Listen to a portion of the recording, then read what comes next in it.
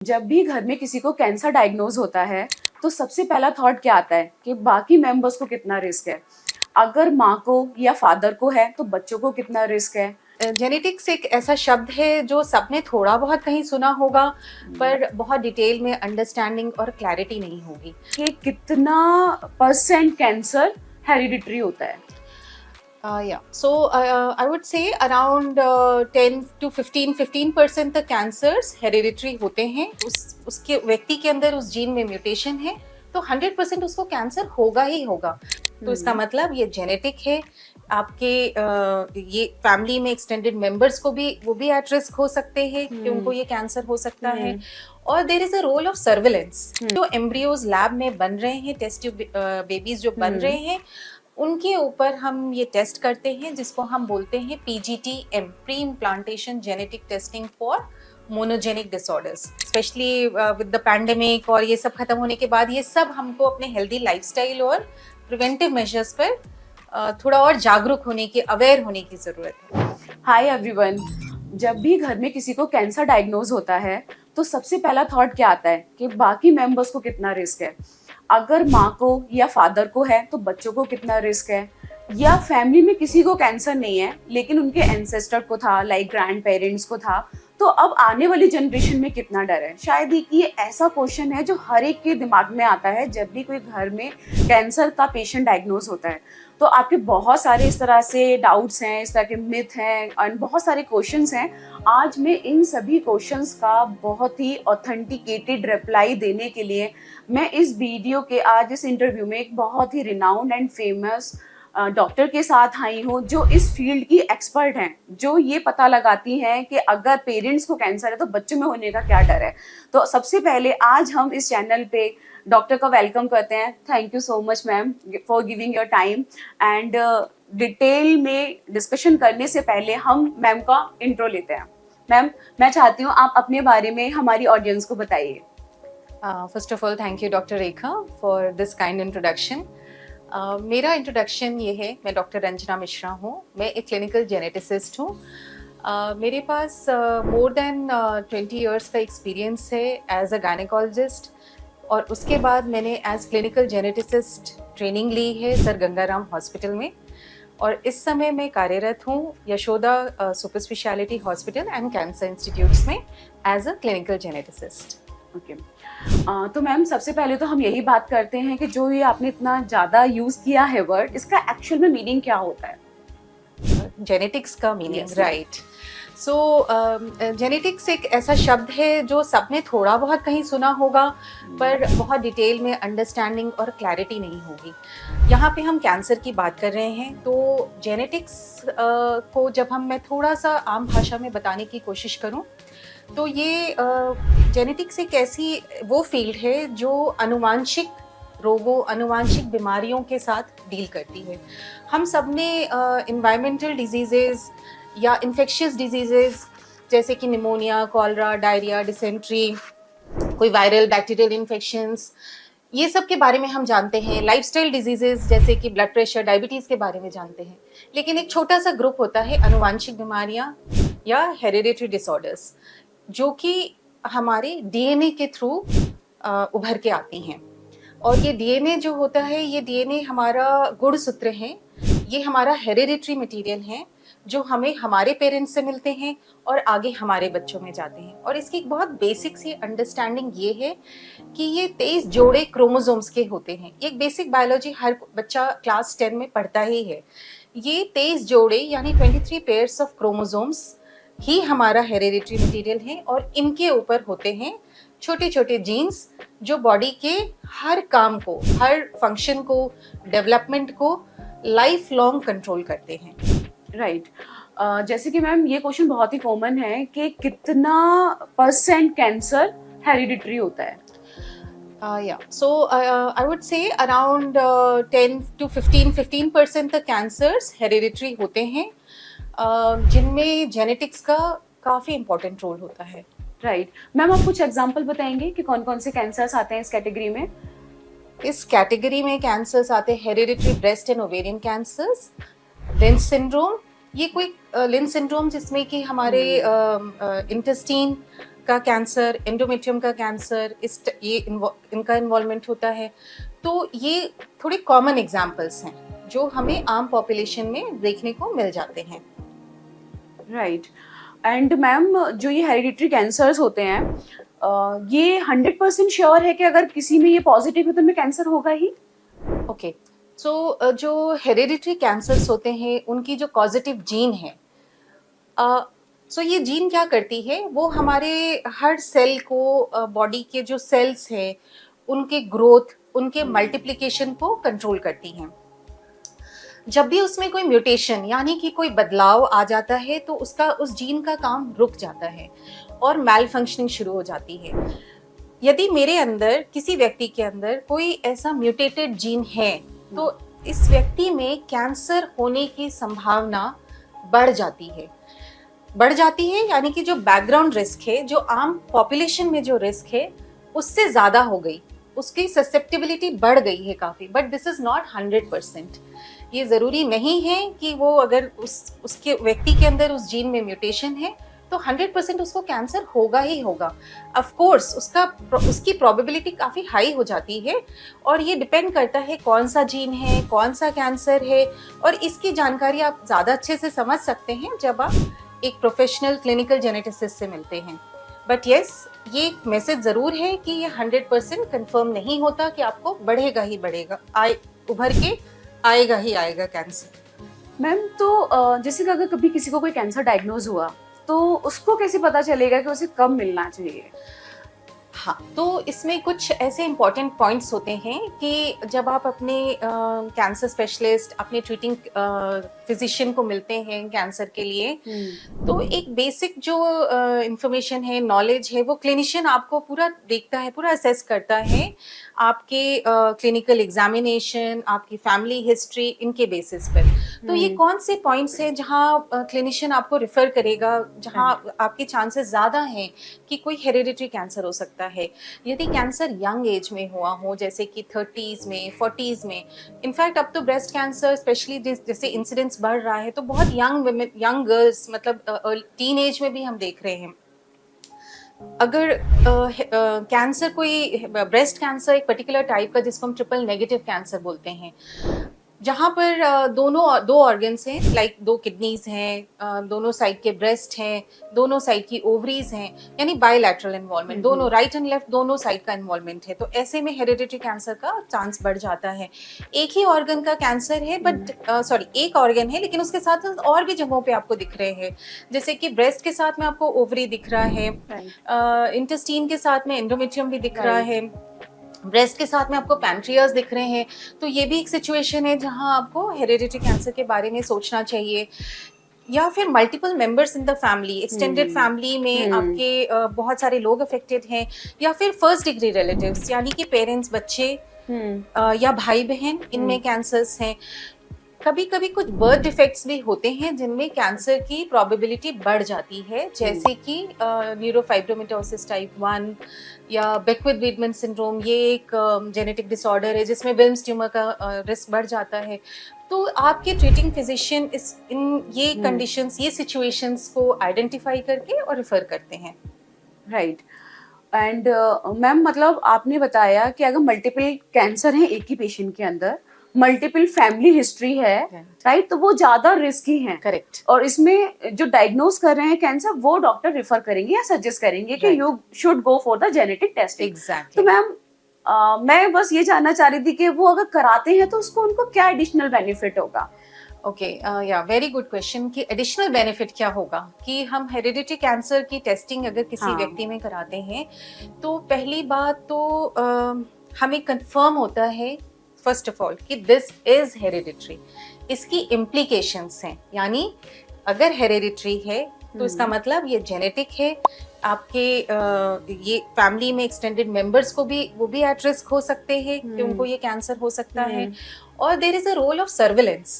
Suppose मैं identify करती हूँ किसी व्यक्ति में, और ये व्यक्ति और अपने रिलेटिव्स को या अपने क्लोज जो मेंबर्स हैं फैमिली को, उनको कन्विंस करते हैं टेस्टिंग के, यंग एज है, तो they can take those measures to prevent the occurrence of cancer या रिस्क रिड्यूसिंग मेजर्स, जैसे कि अगर मैं बात करूं ब्रेस्ट कैंसर की, तो BRCA1 BRCA2 जो कॉमनली इम्प्लिकेटेड जीन्स हैं, अगर वो आइडेंटिफाई होते हैं तो इसमें रिस्क रिड्यूसिंग मेजर्स क्या होते हैं कि ब्रेस्ट रिमूवल, ओवरीज रिमूवल, ये आपको आपके डॉक्टर इनकी सलाह देते हैं। राइट। तो फर्स्ट ऑफ ऑल ये एक आपको हेल्प मिलती है। सेकेंडली आपको हेल्प मिलती है कई बार ट्रीटमेंट पॉइंट ऑफ व्यू से भी। So there is a role of precision medicine, जो कि आपको किस तरह का कैंसर है, उसमें क्या म्यूटेशन इन्वॉल्व है, कौन सा जीन इन्वॉल्व है, ये उससे आपका ट्रीटमेंट को भी गाइडेंस मिलती है। तो appropriate surgical and medical management के लिए जरूरी है। Last but not the least, there is a role of prevention in future generation also, क्योंकि अगर ये हेरिडिटरी है और जर्मलाइन कैंसर है तो आगे के जनरेशन में भी जाने का रिस्क होता है, और ये आपके जो जेनेटिक्स के डॉक्टर होंगे वो आपको इस पर काउंसल कर सकते हैं कि हम क्या मेजर्स ले सकते हैं।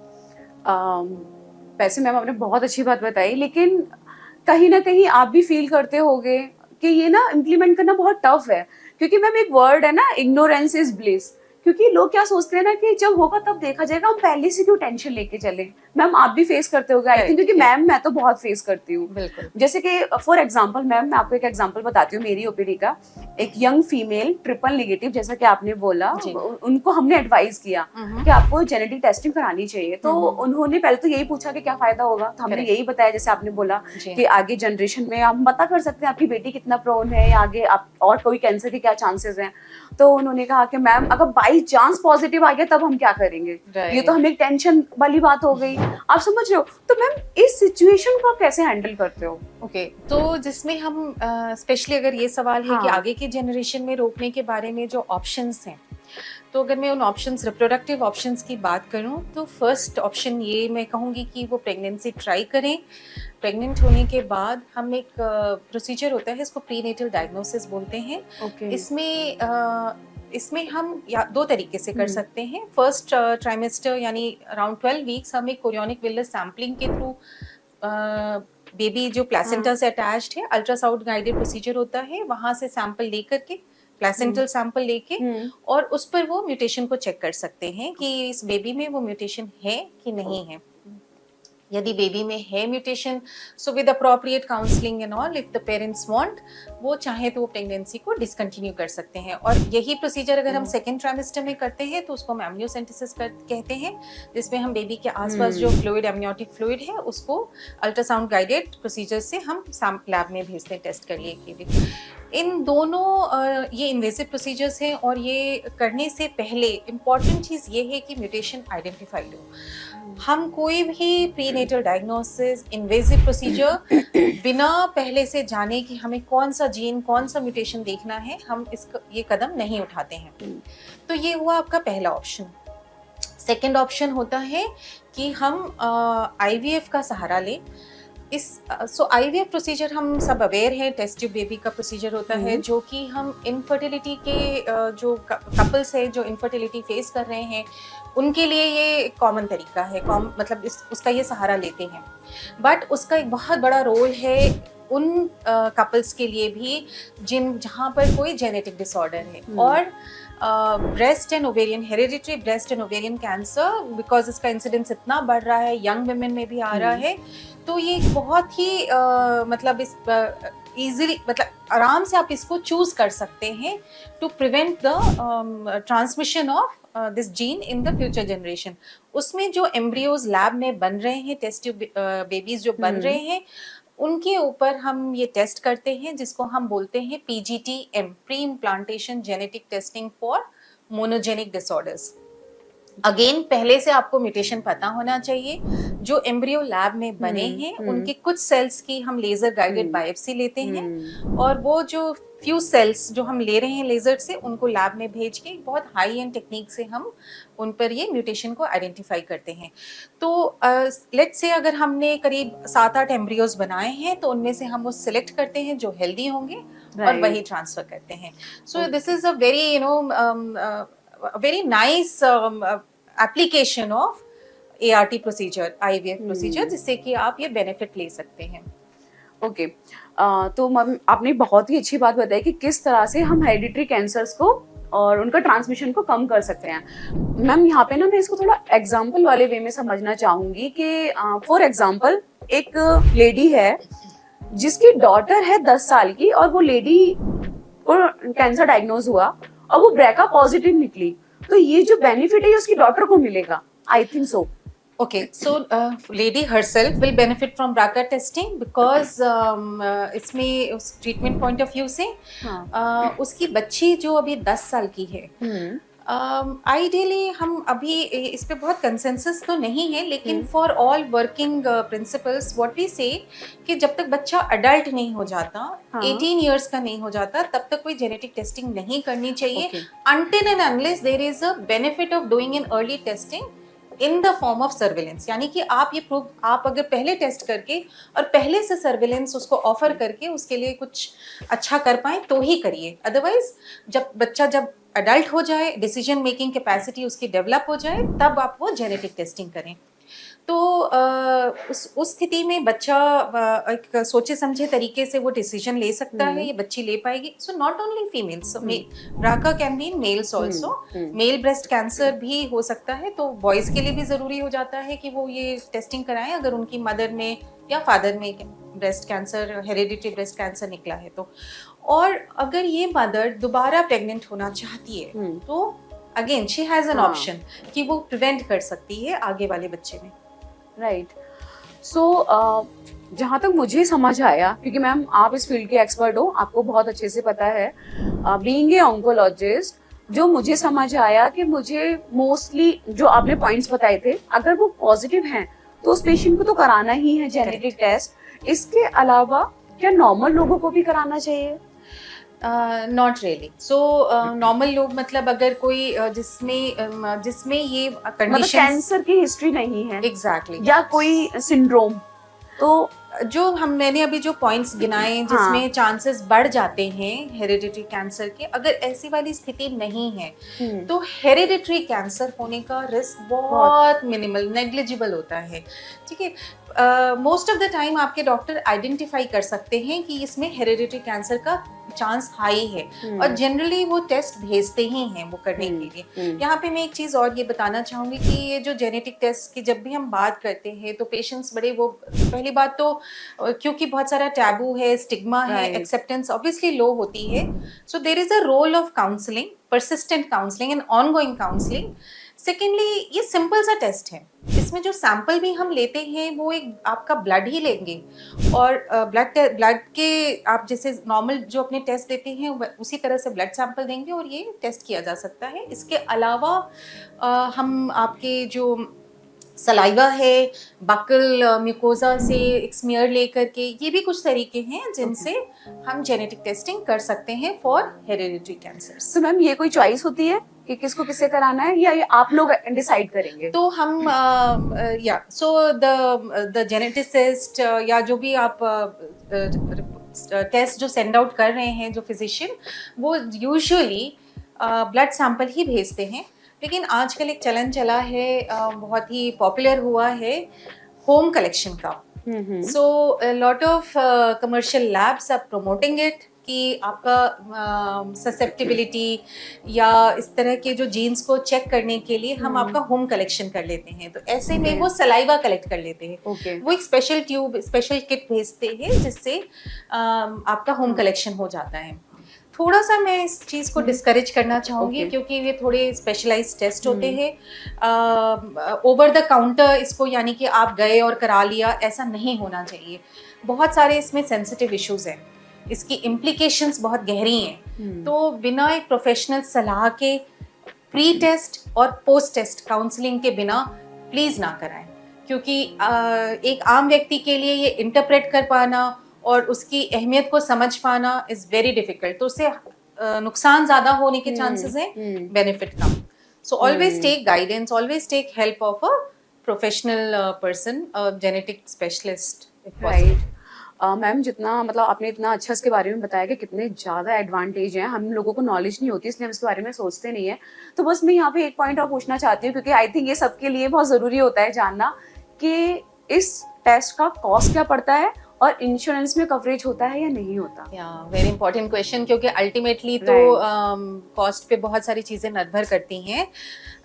तो देखिए, कई बार ये आपके जो ट्रीटिंग फिजिशियन हैं या जो क्लिनिकल जेनेटिसिस्ट हैं जो देखेंगे, वो ये डिसाइड कर सकते हैं कि किस टाइप का टेस्ट कराना है। There is a range of genetic test. कुछ छोटे टेस्ट, कुछ टारगेटेड टेस्टिंग होती है, तो वो बहुत सस्ती होती है। दे मे बी हार्डली 10,000। लाइक एक सपोज इमेजिन करिए, एक फैमिली में हेरिडिटरी कैंसर ऑलरेडी है। मैंने रिसेंटली एक फैमिली को, कपल को देखा जहाँ the lady had a family history of breast cancer, और लकीली उनमें से किसी एक व्यक्ति का कैंसर, वो म्यूटेशन आइडेंटिफाइड था। तो फॉर दिस लेडी हरसेल्फ, मुझे कोई बड़ा टेस्ट नहीं, फैंसी टेस्ट नहीं करना था, सिर्फ एक वो छोटा टेस्ट करना था, विच हार्डली कॉस्ट अराउंड 8 to 10,000 ना। बट अगर मान लीजिए म्यूटेशन नहीं आइडेंटिफाइड है, तो मुझे हो सकता है कभी मुझे पैनल करना पड़े। So panel can also cost something like 20-25,000, कभी कभी थोड़े और इससे भी बड़े टेस्ट, जिसमें कि ये वो वाली सिचुएशंस होती हैं जहाँ इंटेस्टाइन का कैंसर है, जहाँ microsatellite instability and all that, या फिर क्रोमोसोमल स्टडी। सो डिपेंड करता है कितने लेवल तक की आप टेस्टिंग कर रहे हैं। ये बेस्ट तो आपके डॉक्टर ही डिसाइड करेंगे, but this can range from 8,000 to as high as 45,000 तक भी जा सकता है। ये इसका पूरा रेंज है। और जहाँ तक इंश्योरेंस की बात है, most of the insurance companies वो कवर नहीं करती हैं।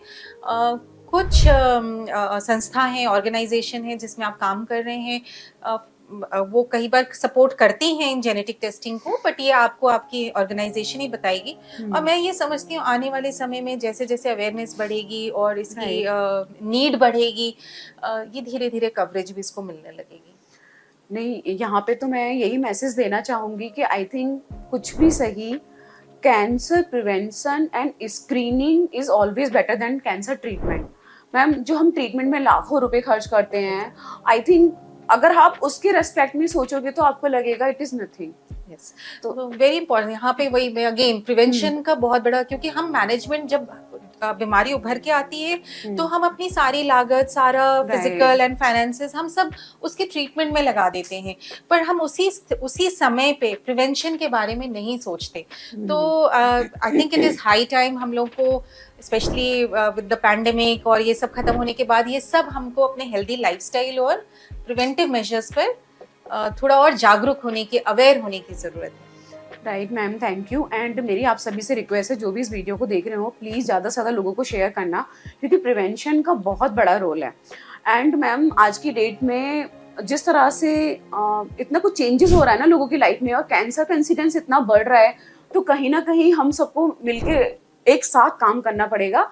इस जो ये ट्रांसमिशन है एक जनरेशन से दूसरी जनरेशन को, उसको रोकने के लिए, और वो अवेयरनेस स्प्रेड करके ही पॉसिबल हो सकता है। अच्छा मैम, एक मेरा क्वेश्चन और है कि सपोज मेरी फैमिली में कोई हिस्ट्री नहीं है एंड अभी तक मैं ओके हूँ, तो क्या फ्यूचर में कुछ जेनेटिक प्रॉब्लम्स आने के चांसेस हैं? हेरिडिटरी कैंसर के लिए मैं प्रोन हो सकती हूँ मेरी फ्यूचर जनरेशन के लिए? तो देखिए, ऐसा होता है कि जो हेरिडिटरी, जैसे हमने शुरू में बात बताई थी कि अगर हम वो म्यूटेशन कैरी कर भी रहे हैं, तो भी ये ज़रूरी नहीं कि मैं अपने लाइफ स्पैन में कैंसर मेरे अंदर उभर के आए। ओके। ये हमारी ससेप्टेबिलिटी को तो बढ़ाता है, और ये कई इन्वायरमेंटल फैक्टर से भी इन्फ्लुएंस होता है। हमारी लाइफस्टाइल, हम कितने पोल्यूटेंट से घिरे हुए हैं, क्या फूड इनटेक, क्या टॉक्सिन्स, इस तरह के जो हैजार्ड्स हैं।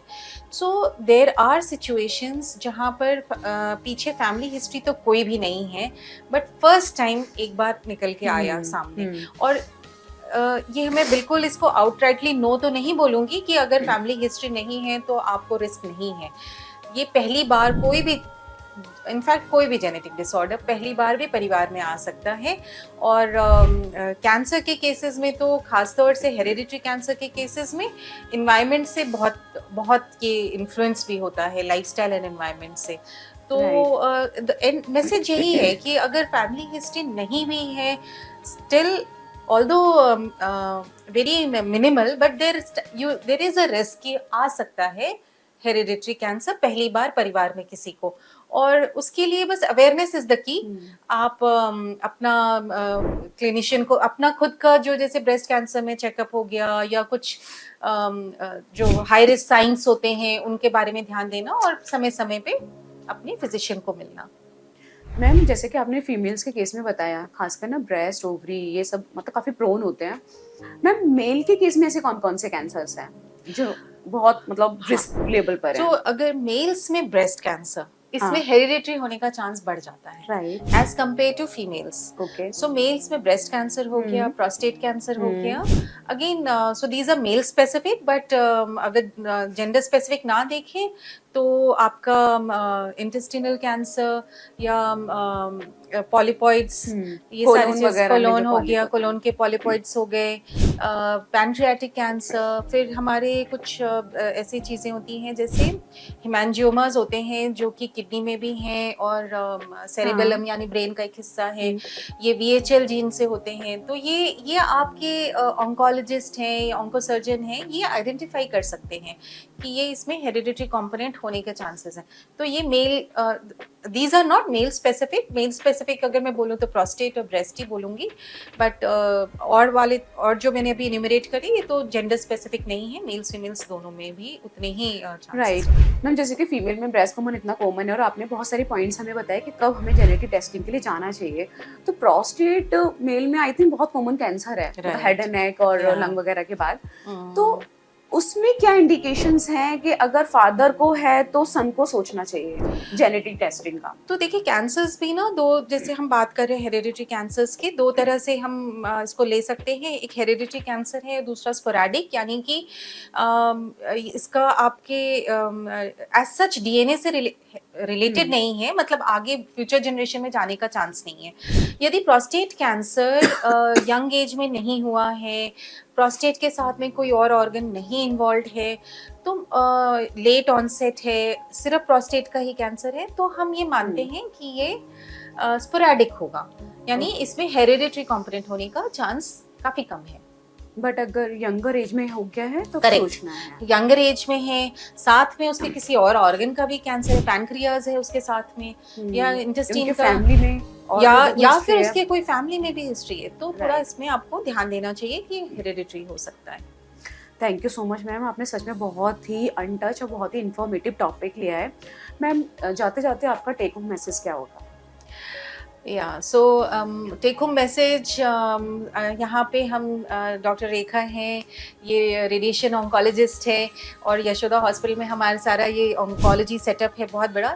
यहाँ पे हर तरह का ट्रीटमेंट अवेलेबल है मैनेजमेंट पॉइंट ऑफ व्यू से, बट प्रिवेंशन को कभी नहीं भूलना चाहिए। प्रिवेंशन के लिए बहुत इंपॉर्टेंट होता है अवेयरनेस, सो और that is empowerment. So once you are aware, you are empowered, और आप तब एक बेस्ट डिसीजन ले सकते हैं अपने लिए, अपने खुद के डिजीज के मैनेजमेंट के लिए, और आने वाली जनरेशन और फैमिली मेंबर्स के लिए भी।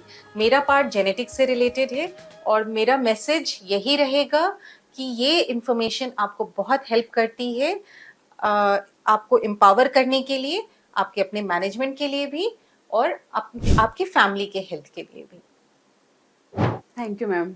अच्छा, मैं इस वीडियो के एंड में ना आपको ये बताना चाहती हूँ कि मैं मैम का नंबर अपने डिस्क्रिप्शन में डालूंगी। अगर किसी को भी जेनेटिक काउंसलिंग की ज़रूरत है या फर्दर टेस्ट की ज़रूरत है तो आप डायरेक्टली मैम का अपॉइंटमेंट बुक कर सकते हैं। एंड ज़्यादा से ज़्यादा लोगों को शेयर करिए, प्लीज़ लाइक करिए, कमेंट करिए and subscribe my channel. Thank you so much. Thank you.